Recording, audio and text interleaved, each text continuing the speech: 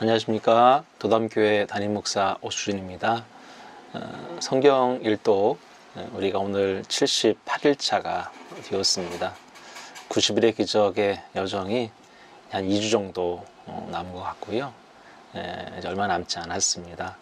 끝까지 최선을 다해 주시고 완독하는 일에 참여해 주시면 좋겠습니다. 오늘 우리가 함께 보게 되는 말씀은 요한복음 후반부입니다. 13장부터 21장까지 함께 읽게 되었습니다.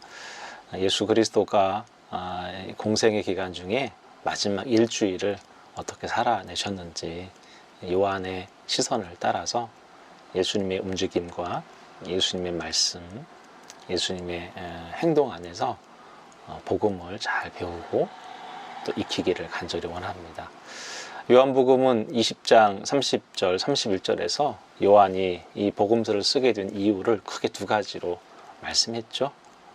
예수 그리스도가 우리 믿음의 대상이고 그 믿음의 결과로 우리 안에 영생이 있다는 사실을 알리기 위해서 이 복음서를 썼다고 했습니다. 그래서 요한복음 1장부터 12장까지는 그 믿음에 대해서 우리가 믿음의 대상으로서 예수님이 어떤 분이신지 쭉 7개의 표적과 7개의 에고의 의미를 통해서 계속 말씀하셨고요. 13장부터 21장은 영생에 관한 말씀이죠. 우리에게 영생이 주어지기 위해서 예수가 어떻게 살아내셨는, 특별히 십자가의 죽으심과 부활이 우리에게 영생으로 주어진다는 사실을 예수님의 마지막 일주일을 통해서 우리 잘 가르쳐 주고 있습니다. 오늘 본문 안에 장제목을 하기 전에 어제 장제목 한번 복습하고 오늘 하도록 하겠습니다. 어제 1장의 장제목은 말씀 육신이었죠. 1장 14절에 말씀이 육신이 되어 우리 가운데 거하신다. 말씀 육신, 이게 사실은 성육신의 교리의 핵심이라고 할 수가 있죠. 2장은 가나 혼인잔치입니다. 예수님께서 7개의 표적이 요한복음에 기록되어 있는데 그중에 첫 번째 표적 가나 혼인잔치이고요. 3장에는 거듭남에 대해서 궁금증을 갖고 찾아온 관원, 유대인 중에 지도자인 니고데모와의 주님의 대화가 있습니다. 3장에 니고데모 있고요. 여러분이 잘 아는 3장 16절, 하나님이 세상을 이처럼 사랑하셔서 독생자를 주셨고 이는 저를 믿는 자마다 영생을 얻게 하신다는 말씀이 기록되어 있습니다. 4장의 장제목은 4장, 외우기 쉽죠? 사마리아 여인이 등장하고요.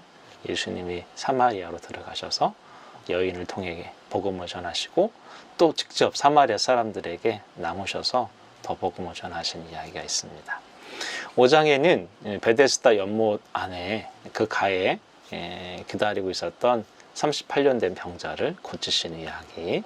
그 6장에는 사복음서에 모두 등장하는 오병이어의 사건이 있습니다. 오병이어. 7장은 7장 초막절 사건이 있고요.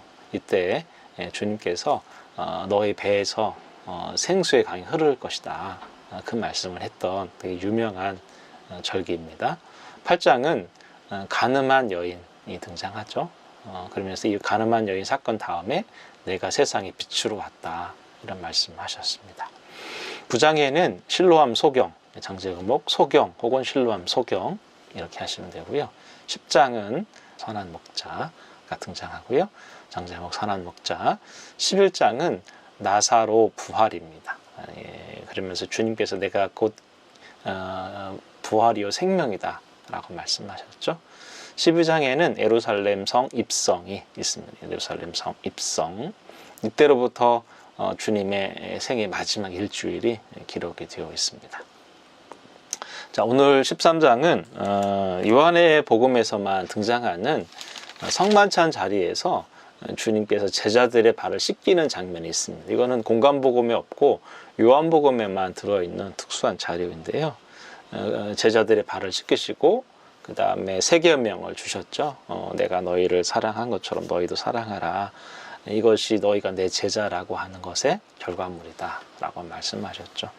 그래서 사실은 이 성만찬 자리에서 제자들의 발을 씻기시고 그 만찬 자리에서 예수님의 강화, 가르침이 아주 길게 요한의 복음에 담겨 있습니다. 13장 만찬 세족이고요. 14장에는 여러분 유명한 말씀이죠. 내가 곧 길이요 진리요 생명이다. 14장의 장제목은 길, 진리, 생명 이렇게 하고요. 예수님께서 내가 처소를 마련하러 갈 것이다 이런 표현도 하셨고, 또 여러분이 잘 아시는 14장 16절에는 다른 보혜사를 즉 성령을 보내주실 것이다 이런 말씀도 하십니다.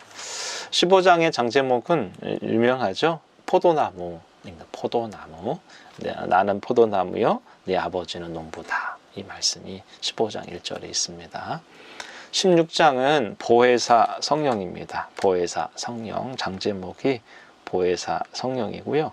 성령이 오셔서 어떤 일을 하시는지, 우리에 대해서 또 제자들에 대해서 어떤 은총을 베푸시는지 보혜사 성령의 역할과 사역에 대해서 말씀하고 있습니다. 그 다음에 17장은 대제사장 기도입니다. 대제사장 기도. 예수님이 대제사장적 기도를 드리시는데 17장에 아주 되게 유명한 장입니다. 그 마태복음 6장에 주님의 기도, 주의 기도가 있잖아요. 주기도가 있는데 그에 못지않게 아주 중요한 예수님의 기도가 요한복음 17장에 있습니다. 대제사장으로서 예수님이 제자와 또 교회를 위해서 기도하시는 내용이 길게 나와 있습니다. 한번 천천히 읽어보시면 예수님이 어떤 식으로 또 누구를 위해서 어떻게 기도했는지 알 수 있습니다. 대제사장 기도이고요. 18장은 예수님이 체포당하십니다. 그리고 19장에서 예수님이 십자가에 지시고요. 20장은 부활입니다. 부활, 장제목 부활이고요. 21장에는 우리가 잘 아는 베드로와 예수님의 사랑 문답, 내가 나를 사랑하느냐 내 양을 치라 해서 장제목이 사랑 문답이에요. 사랑 문답 한번 적어보시고 할 수 있으면 좀 외우시면 좋긴 한데요. 자, 오늘 요한복음 1장부터 21장까지 한번 총 정리를 해보도록 하죠. 1장에 말씀 육신, 2장에 가나 혼인잔치, 3장에 니고데모, 4장에 사마리아 여인, 5장에 오 베데스다, 6장에 오병이어, 7장에 초막절, 8장에 가늠한 여인, 9장에 실로암 소경, 10장에 선한 목자, 그 다음에 11장으로 가면 나사로 부활, 그리고 12장에 입성, 그리고 13장부터 오늘 말씀으로 가면 만찬 세족, 14장에 길, 진리, 생명, 15장 포도나무, 16장 보혜사 성령, 17장에 대제사장 기도, 18장 예수 체포, 19장 십자가, 20장 부활, 21장은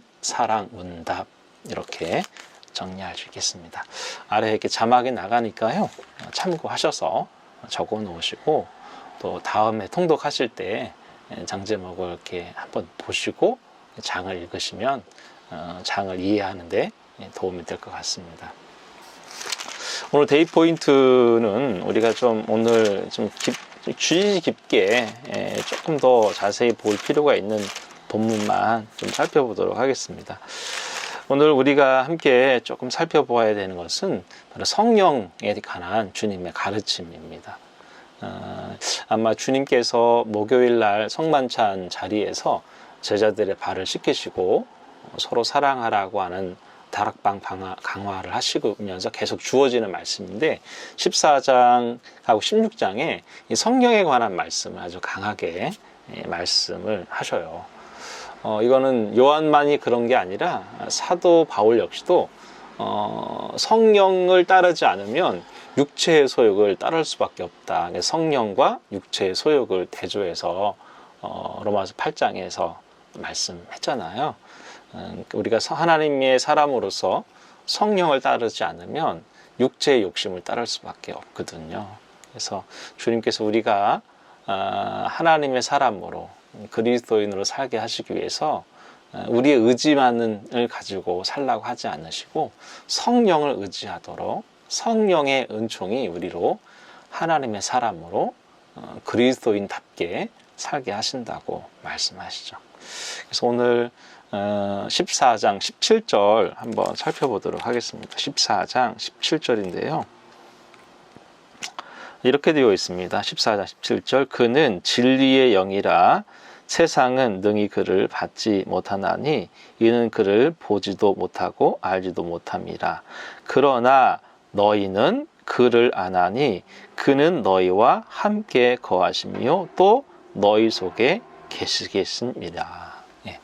세상은 성령을 보지도 알지도 못하지만 그러나 너희는 그를 알 것이다. 그리고 너희와 함께 할 것이고 너희 속에 계신다. 그분이 뭐라고요? 진리의 영으로 오신 성령님입니다. 성령께서 우리 안에 계시고 우리와 함께 하시며 우리로 하나님의 사람이 되게 하시는 거죠. 그 성령께서 로마서 8장에 보면 우리가 탄식할 때 기도할 수 없이 탄식하는 그 순간에도 그 탄식을 기도로 바꾸셔서 하나님께 올려드리겠다 하시잖아요. 그리고 우리에게 평안을 주시고 또 여기 요한복음 14장 26절에 보면 이런 표현도 있습니다. 14장 26절에 보면 이런 말씀이 있습니다. 보혜사 곧 아버지께서 내 이름으로 보내실 성령 그가 너희에게 모든 것을 가르치고 내가 너희에게 말한 모든 것을 생각나게 하시리라. 그러니까 성령님께서 우리의 기도를 도우실 뿐 아니라 예수님께서 제자들에게 가르치는 말씀들을 생각나게 하시고 또 기억나게 하신다는 거죠. 이게 성령님의 여러 사역과 활동 중에 중요한 부분인데요. 우리가 이렇게 성경을 읽고 있잖아요. 또 성경 묵상도 하고 있는데 사실은 내가 읽은 성경을 내가 다 기억하거나 다 생각나는 건 아니거든요. 우리가 또 통독을 하는 이 하루에 막 10장, 15장씩 읽어가기 때문에 다 생각나는 건 아니고 아마 90일을 다 읽어도 손에 꼽힐 정도로 몇 개의 말씀 정도 기억에 남을까 싶을 거예요. 그래서 이게 무슨 의미가 있을까?